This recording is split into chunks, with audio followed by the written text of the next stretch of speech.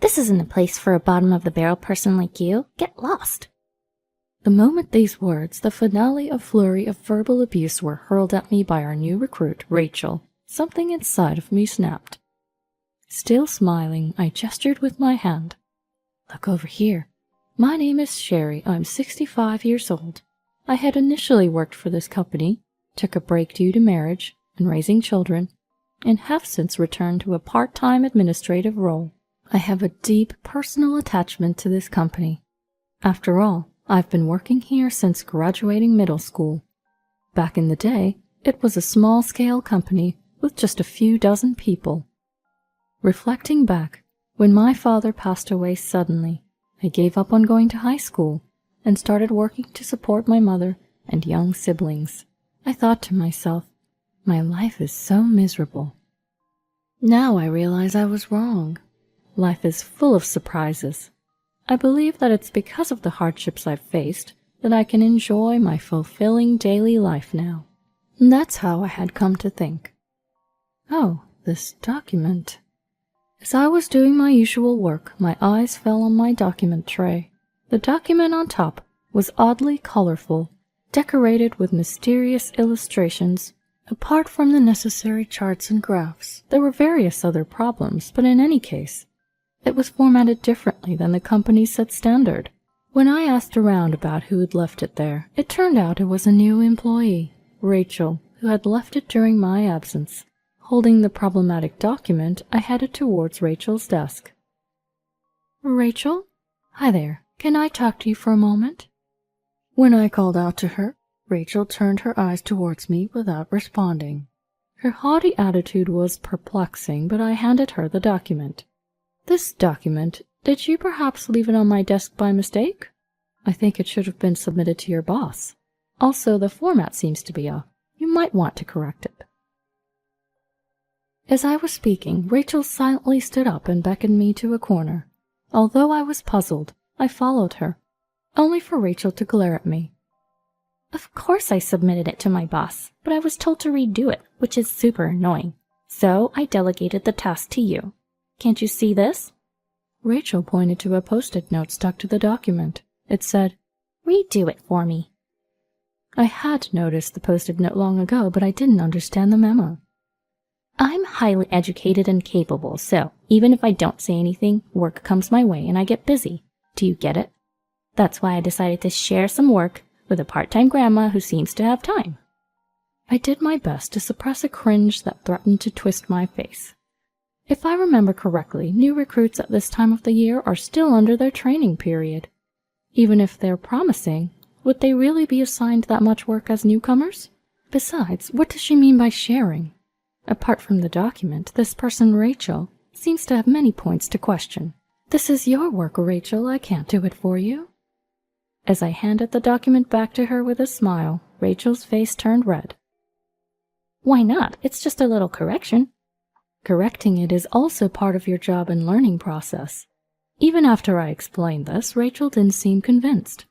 Don't be so cheeky for a part-timer, do it. At first, Rachel spoke in a low voice, but her volume gradually increased, causing a stir around us. What are you doing? Eventually, the employee in charge of her training came over and reprimanded her, ending the matter there. Or so I thought. It turned out that I was the only one who thought so, as I seemed to have earned Rachel's resentment over the document issue. From then on, I was harassed by Rachel almost every day. It's unthinkable for someone as highly educated as me to be doing such menial work.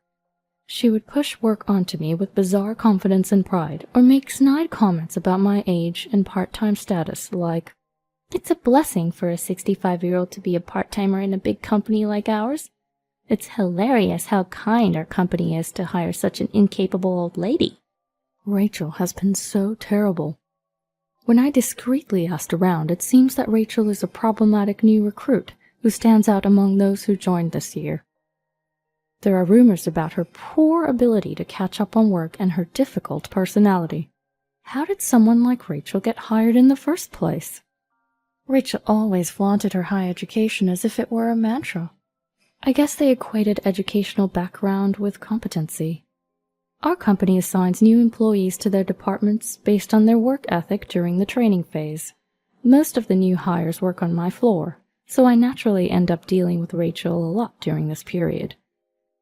The assessment phase lasts a month, so I only have to endure this for another 2 weeks. Oh, but what if she gets assigned to the same department as me? The dreadful thought made me inadvertently clutch my head. Despite her supervisor and other colleagues cautioning her, Rachel kept instigating confrontations with me. If we ended up in the same department, I would definitely be living in hell. She probably sees me as an easy target since she perceives me as a timid old lady. Unaware of my troubles, Rachel approached me again today. "Hey, what was that about just now?" She called out to me as I stepped out of the employee cafeteria. "Huh? What?" As I stared blankly at her, she dragged me away to a less crowded spot. Rachel turned to face me and blurted out, "You were talking to Ethan, weren't you?" I had indeed been chatting with a young male employee named Ethan in the cafeteria just now. I sighed inwardly. When someone complains to the mention of a person of the opposite sex, it's usually for a predictable reason. What's the matter with that? "Don't you dare make eyes at Ethan, you old hag. The way you touch him is disgusting." Indeed, while chatting casually, I had lightly patted his back, telling him to pull himself together. I was surprised she had noticed such a minute detail, but I was even more taken aback by her saying, "Are you serious about me hitting on him?" I couldn't help but chuckle. After all, I'm already 65, which Rachel likes to point out herself. "What are you laughing at? Are you making fun of me? Ethan, you know, is the heir to this company, not someone a hag like you can casually talk to." I must have inadvertently revealed my inner disbelief. Ethan is indeed popular among the female employees because of his good looks and personality. Our company has banned the custom of giving candy on Valentine's now, but I remember him taking home quite a lot of them in the past. Rachel is likely one of the many who admire, or maybe even have a crush on him. But it's absurd for her to be jealous of someone like me. Hey, enough already. A few of the younger employees who had noticed Rachel's loud voice gathered around us trying to intervene. "Mind your own business," she retorted, refusing to listen. To prevent them from incurring her wrath as I had, I smiled at the people around us and reassured them. "I'm okay." Rachel spat out a final insult. "A poor middle school graduate like you should just work quietly until you die. You're an eyesore." And then she quickly walked away. She really is the troublemaker everyone says she is. Sherry, are you okay? The employees who had tried to stop Rachel expressed their concern for me. Yes, thank you. After that incident, it seemed someone reported Rachel to her boss, and she was reprimanded. Since then, while she'd occasionally glare at me with great intensity, her confrontations with me considerably decreased, and I breathed a sigh of relief. Days passed, and Rachel was assigned to the HR department. Why did she get assigned to HR?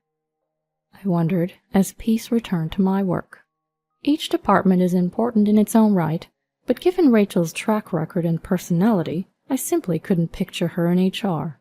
I know she had to turn in a copy of her university diploma, so I'm certain her educational background isn't a lie. But even with that thought, she couldn't even run a photocopy machine and still worked on documents in her own style, despite being corrected several times already.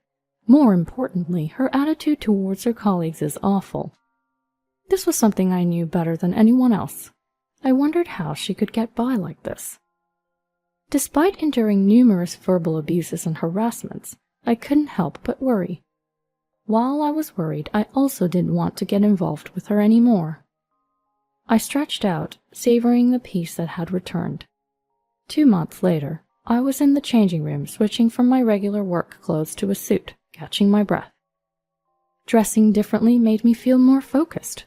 I quickly checked my appearance in the mirror and murmured to myself, "Today there's going to be a lecture-based training session at the company, and I was one of the attendees." When I arrived at the venue, some employees were still preparing the projector and arranging the desks. I should help out since I'm already here, I thought in my mind as I approached a person on the stage. As the person turned to my voice, they expressed surprise. Wait, Sherry, what are you doing here? I deeply regretted my mistake in choosing who to approach. Of all people, it was Rachel, the troublemaker. She put her hands on her hips, looked down at me from the stage, and snorted. There's a training session here today. What does an old part-timer like you need? As always, she was unpleasant. I kept my smile and responded, Yes, I'm here to attend the session too. Rachel snorted. Hold on, today's the final day of training for us new hires. Why would a part-timer like you attend? Oh, I see. You're an old lady who needs to refresh her memory from time to time, so things don't slip your mind. Putting aside her sarcasm, Rachel was right. Today was indeed the final day of training for the new hires. Our company's training for new employees lasts exactly 3 months. The first month is an assessment period, and the remaining 2 are for their boss to observe their work performance. Today was the final day, a sort of summary day where several employees serving as lecturers would provide lectures on topics such as the company's management philosophy. You're not here as a lecturer, are you? Or has dementia made you confused? This place isn't for bottom-rung workers. Go home already. As I maintained my silence and smile, Rachel's verbal onslaught escalated. The younger employees around us were so stunned that they forgot to stop her. While she was still berating me, I noticed a familiar face among those entering the room. Keeping my smile intact, I gestured with my palm toward the entrance. You might be the one who'll be leaving after this. What are you... Rachel followed my palm and immediately gasped. Standing there were our company's president, the head of the HR department to which Rachel belonged, and Ethan, the man she fancied.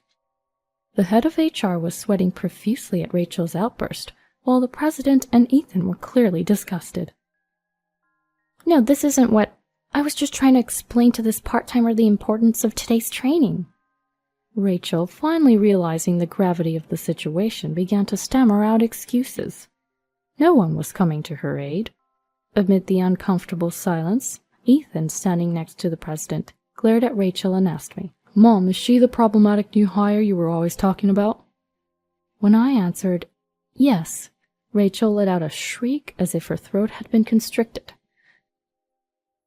So you're Ethan's mom? Then are you the president's wife? Back when I was young and working for this company, I was introduced to the former president's son and ended up marrying him. My husband is now the president of this company. Not only Rachel, but also the other younger employees were displaying expressions of surprise. Why didn't anyone tell me? At Rachel's distressed outburst, I explained. Only a few employees know I'm the president's wife. I didn't want the new employees' attitudes to be affected, so I asked them to keep quiet about it. Rachel just gaped in response to my words. I was asked by my husband to greet the new employees and offer them words of encouragement, both as a long-serving part-time employee and as the president's wife. That's why I intended to attend today. I didn't expect to be talked down to this much. Rachel bit her lip. Why would the president's wife work as a part-timer? I might not know much about running a business, but I love this company and I enjoy working among people. Also, working part-time is easier, since I still have household chores at my age. I continued. There are things that are harder to see from higher positions that are instead clearer to a part-timer. For instance, we often hear various rumors, don't we? I glanced between the head of HR and Rachel while making my ambiguous remark. Rachel's face instantly turned red. I hadn't planned on spelling it out in this setting, but in her heightened state of emotion, Rachel pointed at the HR manager and shouted out an accusation. It was him. He told me that if I went out with him, he would arrange for me to be hired. I was taken aback, not expecting her to self-destruct in this way. Everyone, including my husband and son, was astir.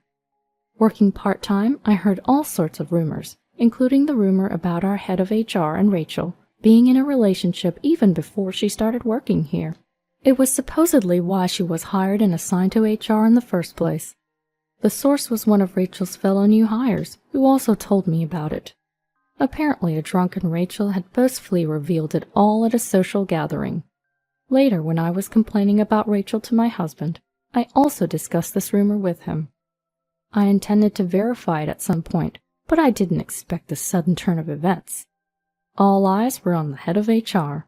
His sweat-drenched face was so pale and trembled, so much that he looked as if he were crying.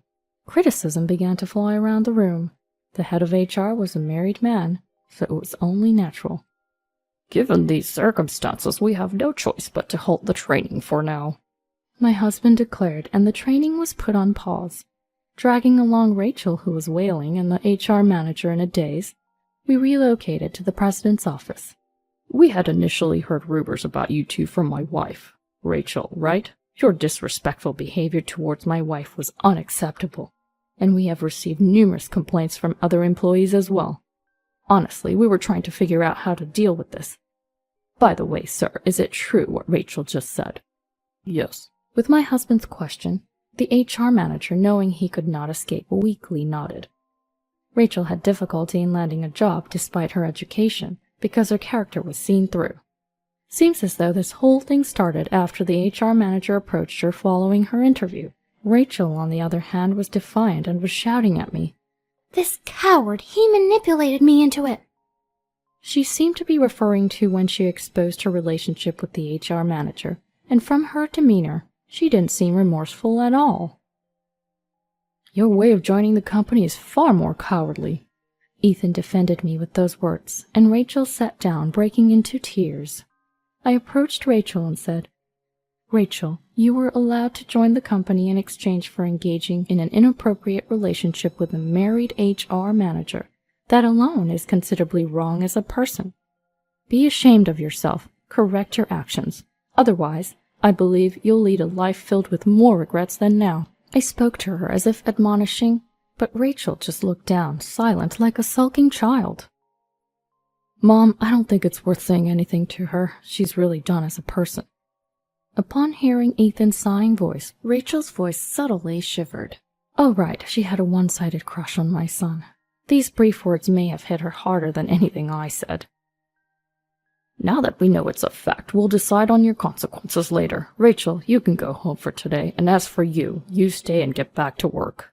With my husband's words, the HR manager and Rachel, both staggering, left the president's office. After watching their retreating figures, I never saw Rachel again. After a while, she resigned from the company.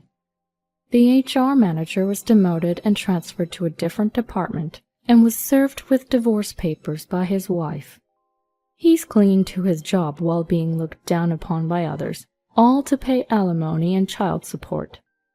According to Rachel's parents, who came to apologize later, understandably, Rachel was also sued for a large amount of alimony by the former HR manager's wife.